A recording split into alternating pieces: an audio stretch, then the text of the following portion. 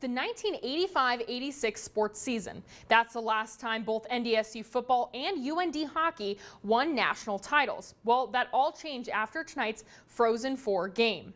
In the first period, it was Shane Gersich. Hopefully, there we go. Got some video for you. It was Shane Gersich to score the first goal for UND. And then minutes later came Drake Kajula with the empty netter. 2-0 Fighting Hawks until right after the face-off and on the power play, Quinnipiac's Tim Clifton scores for the Bobcats. But then in the third period, thanks to the CBS line, it's Kajula again. UND would win the national championship 5-1. We'll have reactions from the win from Isaac Berkey tomorrow.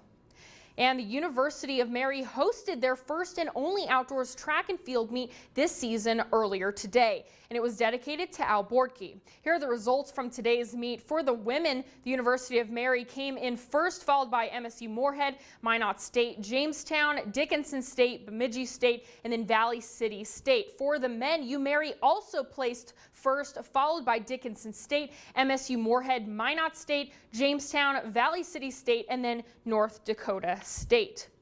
Now, after being down in Sioux Falls, UMary baseball team came back home for their two-day, four-game series against Minnesota State. Now, their first game of the day was today at noon. Minnesota State threatening early. McKeon Myhoff gets Josh Wenzel to hit a 6-4-3 double play. Seth Mead turned it at second. Now, the Mavericks flashed a little leather as well. Eric Peterson diving stop at third, and he goes across for Chris Scott at first. Nice play, but the final of this game was 5-2 Minnesota State, and the Marauders lost their second game 12-8. And the Marauders softball team, they were also home this weekend as they hosted the Upper Iowa Peacocks earlier today. Now, taking you into that game here. There we go. Bottom of the fourth and down by a run. Taylor Mendez rips it hard to deep left center, and it's gone. Two-run home run, and UMary takes a 2-1 lead.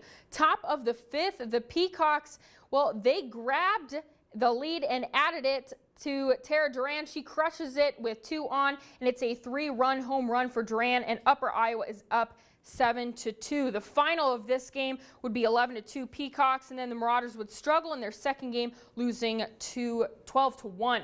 Taking a look now at some scores from other colleges around the state. Bismarck State's baseball team took on Dakota County Technical College, where they lost 10-4 in the first game, then 8-7 in the second. For the Mystics softball team, they also played Dakota County Technical College, losing 11-4 and then 14-6.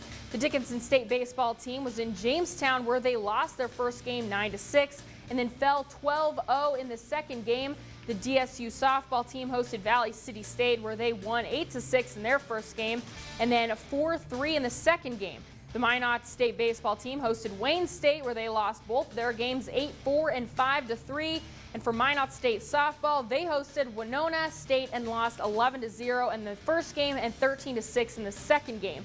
And taking a look at some high school scores from today, the Century girls hosted Minot, where the Patriots got the 5-4 win in the first game, but the Majettes would dominate in the second game, winning 16-1. And for baseball, Harvey Wells County beat Bishop Ryan in the Shiloh tournament 5-4.